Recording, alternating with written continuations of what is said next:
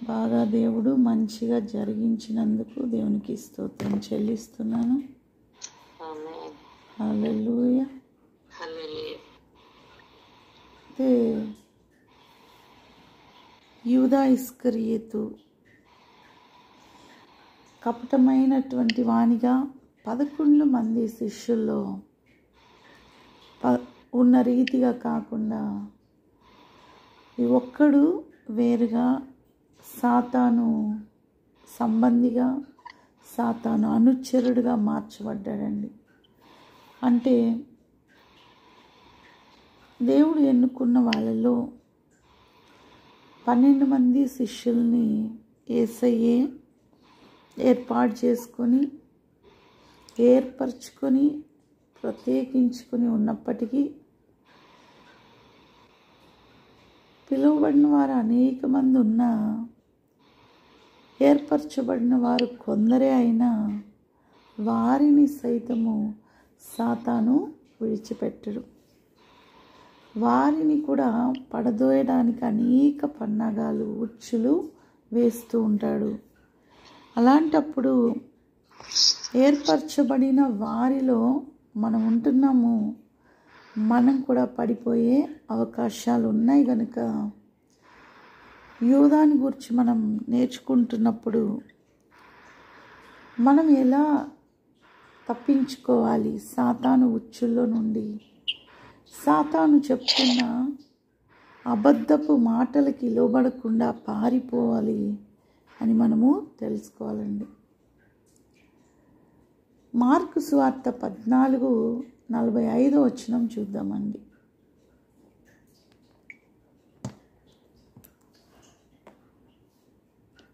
వాడు వచ్చిన వెంటనే ఆయన యొద్దకు పోయి బోధకుడా అని చెప్పి ఆయనను ముద్దు పెట్టుకొనగా. ఇక్కడ వారికి అప్పగించడానికి ముందుగానే వెండి నాణేలు 30 వెండి నాణేలు తీసుకున్నాడండి.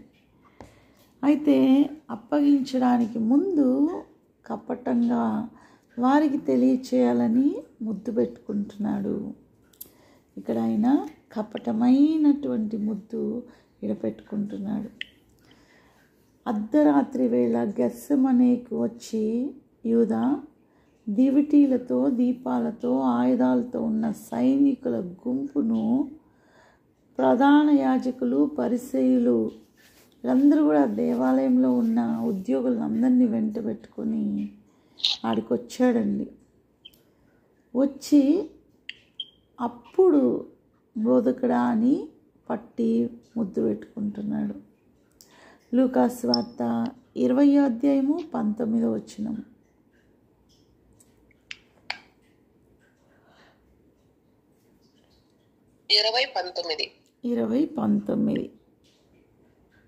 ప్రధాన యాజకులను శాస్త్రులను తమ్మును గూర్చి ఈ ఉపమానము ఆయన చెప్పినని గ్రహించి ఆ గడిలోనే ఆయనను బలాత్కారముగా పట్టుకొన్న సమయము చూచిరి, కానీ జనులకు భయపడిరి. అంటే వీళ్ళు అంతకు ముందు కూడా యూదా ఉంటున్నప్పుడు ఆయన్ని పట్టుకోవడానికి చూస్తున్న వారు అని యూదాకు తెలుసండి.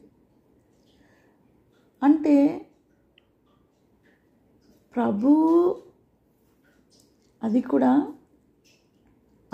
యూదా కూడా ఆ శిష్యుల్లో ఒకడు, నా ప్రభువుని పట్టుకునే వారి యొద్దకు నేను వెళ్ళొద్దు అని లేదండి. ఇక్కడ సాతాను వారి యొద్దకే పంపించి యూదాను వాడుకుంటూ ఉంటుండగా యూదా దానికి లొంగిపోయాడు.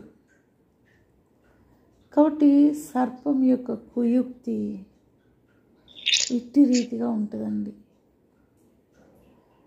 1000 మందితో వచ్చి యూదా ఆ రోజు అప్పగించాడు యేసయ్యని. యోహాను సువార్త 18:12 చూద్దామండి.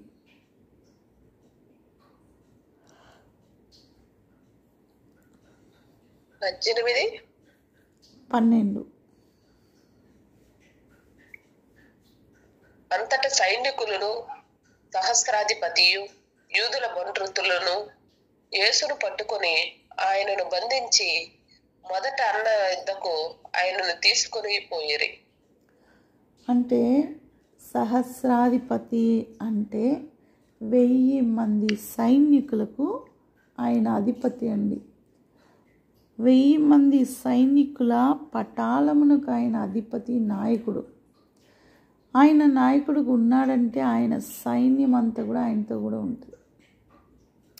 అయితే ఇంతమందిని ఎందుకు పెట్టుకొని వస్తున్నప్పుడు యూదా గ్రహించలేకపోయాడా? దేశద్రోహిగా, రాజద్రోహిగా ఆయన్ని వారు ముద్ర వేయటానికి ఇంతమంది కుట్ర పన్ని వచ్చి పట్టుకున్నారు. కాబట్టి కుయుక్తి ఆలోచనతోనే యూదా ఇట్టి కార్యానికి లొంగిపోయాడు.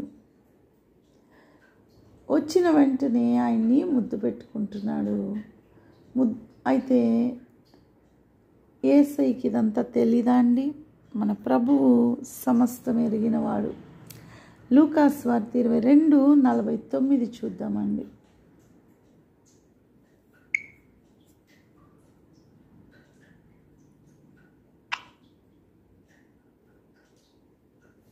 యేసు, యూదా, నీవు ముద్దు పెట్టుకుని మనుష్య కుమారుని అప్పగించుచున్నావా అని వానితో అనగా, అంటే ముద్దు పెట్టుకోగానే యేసయ్యకు తెలుసు. ఆల్రెడీ గెత్సెమనే తోటలో యేసయ్య యొక్క ప్రార్థన విధానం అన్నీ కూడా మనకు తెలుసండి. ఆయన చెమట రక్త బిందువులుగా మారిన సమయం అది. ఆయన తండ్రితో ప్రార్థనతో పెనుగులాడుతున్న సమయము, ఎంతగానో వేదనలో ఉన్నటువంటి సమయము. అయితే ఆ గడియ వచ్చేసిందండి. కేవలము ఒక శిష్యుని యొక్క కుయుక్తి కుట్రతోటి ఆ గడియ అక్కడికి వచ్చింది. చీకట్లో ఆయన ఎవరో గుర్తుపట్టలేడు కనుక ఒక గుర్తును చెప్పి ఇక్కడ యూదా ఆయన్ని అప్పగిస్తున్నాడు. అంటే ముద్దు పెట్టడం అనేది సున్నితమైనటువంటి ప్రేమకు సాదృశ్యంగా వాడబడే ఒక క్వాలిటీ అండి. అక్కడంతా కూడా అందరూ అలా ఉపయోగిస్తారు. కానీ దాన్ని యూదా కపటమైనటువంటి ప్రేమ చూపిస్తూ దాని యొక్క అర్థాన్ని మార్చివేసి దాన్ని అప్పగించడానికి ఉపయోగించాడండి. సామెతలు 27:6 చూద్దాం. సామెతలు 27:6.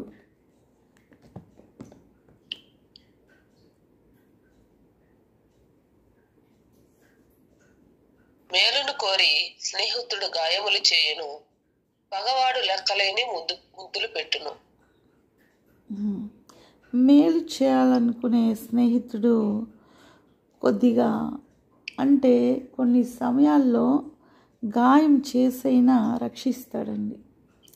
కానీ పగవాడుగా ఉండి మనల్ని ఒక చెడ్డదానిలోకి లాగడానికి ఎన్ని ముద్దులైనా పెట్టగలడంట. కాబట్టి మనము ఎవరు పగవారు, ఎవరు మేలు చేసేవారు అని గుర్తించుకునే జ్ఞానం కలిగి మనము నడుచుకోవాలి.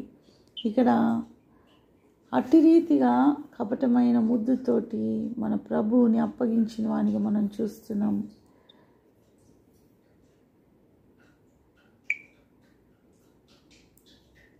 కాబట్టి ప్రేమ చూపించిన అందరూ కూడా మంచివారని కాదండి. వారి హృదయాంతరంగంలో ఎలాంటి వారు ఉన్నారో మనము చూడాలి. భక్తిహీనులు తమ మార్గాన్ని విడిచి దుష్టులు తన తలంపుల్ని మానాలని దేవుని వైపు తిరిగితే వారిపైన కూడా దేవునికి జాలి ఉంటుందండి. కానీ యూదా చేసిన కార్యం బట్టి పశ్చాత్తాపడినా కూడా సమయము దాటిపోయింది. ఆ పశ్చాత్తాపానికి విలువ లేకుండా అయిపోయిందండి. కాబట్టి యూదాని బట్టి మనము కూడా మన హృదయాలు కపటమైన హృదయానికి అప్పగించుకోకుండా మనము ఉండాలి అని చూస్తున్నామండి. ఇంకా రేపటి దినాన్ని మనం కొనసాగించుకొని దేవుణ్ణి కనపరుచుకుందామండి. ప్రార్థన చేసుకుందాం. మహోన్నతుడా, మహాకృప కనికరం కలిగిన దేవా, యూదా వలె నా ప్రభువా, మా హృదయాలు కపటంగా ఉండకుండానైనా ఎల్లప్పుడూ నా తండ్రి ఏకరీతిగానైనా నిస్వార్థముగా నిష్కపటముగా ఉన్నటువంటి వారిగా ఉండుటకు సహాయం దయచేయండి.